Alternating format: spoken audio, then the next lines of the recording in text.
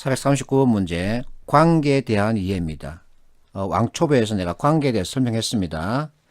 관계를 설명하는 이론은 크게 두 가지입니다. 하나는 인과관계, 다른 하나는 상관관계인데 영향관계는 상관관계에 포함됩니다.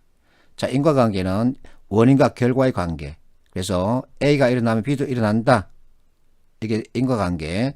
상관관계는 확률에 대한 개념입니다.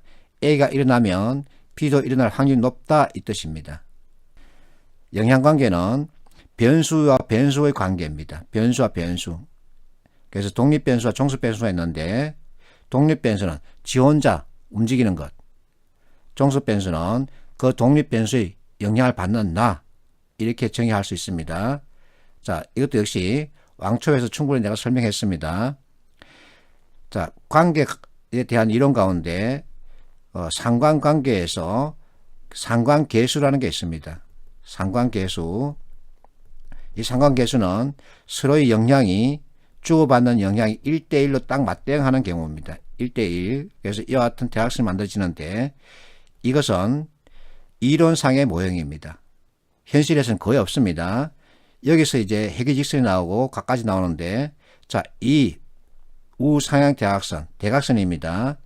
그래서 문제에서 이와 같은 그림을 만나면은 우상향 대각선을 그어놓고 여러분들이 판단하십시오. 가장 빠릅니다. 이 상관계수 또는 회귀직선 이론을 바탕으로 해서 만든 문제입니다. 그래서 이와 같은 그림을 만나면 무조건 우상향 대각선을 그어놓고 보십시오. 그러면 쉽고 빠르고 정확하게 판단할 수 있습니다. 자, X축에는 소득에 대한 얘기고 Y축은 지지도에 대한 얘기입니다. 여기서 주의할 점은 유권자와 집단이란 표현입니다. 자, 보기가 주어졌으니까 보기에 대한 횟수, 여러분들이 빨리 횟수를 세고 가를 볼게요. 평균 소득은 집단 A가 집단 B보다 적다. 그래서 집단 A, 이 전체를 두고 얘기해야 됩니다. 집단 B, 전체를 두고 얘기해야 됩니다. 그래서 평균 소득은 A, B 관계에서 A가 좌측에 치우쳐 있습니다. 자, 소득은 X축, 좌측, 제로에 가까울수록 적습니다. 그래서 옳은 진술. 가정당 지지도의 평균, 가정당 비지도의 평균입니다. 집단 B가 집단 C보다 높다. 자, 지지도 평균입니다. 그래서 B와 C 비교. 자, 이제는 가운데에 있는 검은 원 B와 C를 비교합니다. 그래서 지지도는 Y축이기 때문에 옳은 진술. 다 소득이 많은 유권자일수록, 자, 여기서 유권자라는 표현이 나왔습니다. 그래서 집단이냐 유권인자냐. 이때 유권자는 개별, 각각 개별에 대한 얘기입니다. 유권자일수록 가정당 지지가 높다. 여기서는 각각을 비교하면 됩니다. 직접 비교하면 됩니다. 자, 전체를 묶는 게 집단이고 각각 하나의 점은 개별 유권자입니다. 그래서 자, 여기까지는 지지도가 낮습니다. 여기도 낮습니다. 그러나 여기서부터는 이제 비교할 수 있습니다. 비교. 그래서 이제 판단할 수 있죠. 지지도가 개별 유권자에 대한 지지도가 낮다 그러면 안 됩니다. 그룹에 대한, 집단에 대한 그 진술 같으면은 옳을 수 있으나 집단이 아니고 유권자입니다. 그래서 답은 틀렸습니다.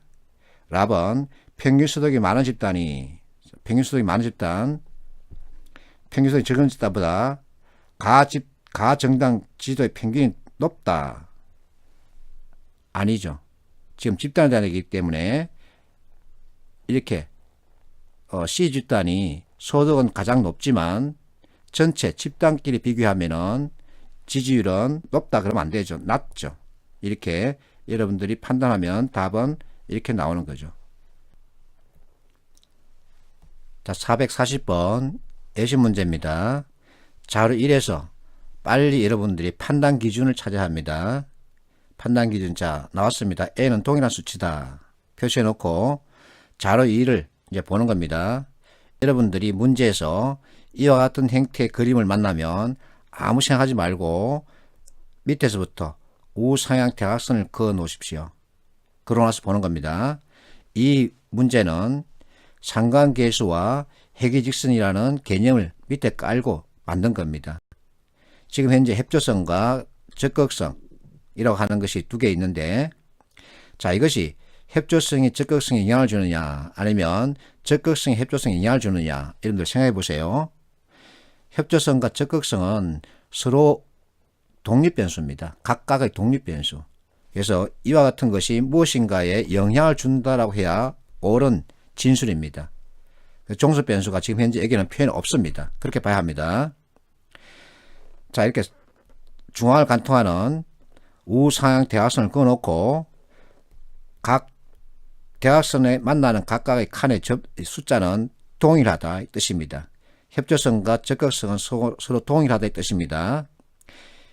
이렇게 선을 그어놓고 이제 선택지를 보세요.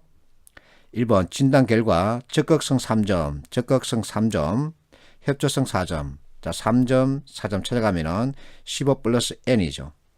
어떤 사람이 23명으로 가장 많다. 자, 23명이든 말든 가장 많다에 주목하세요. 가장 많을 수밖에 없는 게, 자, 판단 기준에서 n은 동일한 수치랍니다. 그래서 지금 현재 상수 표시는 15가 가장 큽니다. 이 표에서. 그래서 n이 어떤 값을 주든 15 플러스 n이 가장 클 수밖에 없습니다. 23명이든 말든 이것은 무시하세요. 2번은 자, 표본 n의 값을 찾는 겁니다. 자, 계산형 진술입니다. 그래서 넘어가고 3번 협조성이 가장 높은 빈도를 나타내는 점수는 3점이다. 자, 협조성에서 찾아갑니다. 그러면 전체 이 숫자의 크기를 비교하는 겁니다. 그래서 3점과 4점 비교할 수 있죠. 가장 많이 몰려있으니까. 그러면 자, n의 값이 어떤 값이든 간에 동일한 값이 주지기 때문에 당연히 전체 값은 3점이 가장 높습니다. 최빈수에 대한 얘기죠. 빈도에 대한 얘기. 자, 그러면 이제 1번과 3번은 우리가 판단했습니다. 진술이 옳습니다. 자, 2번 계산해야 됩니다. 4번 보세요. 서로 영향을 준다. 자, 앞에서 내가 설명했듯이 협조성과 적극성은 각각 독립변수입니다.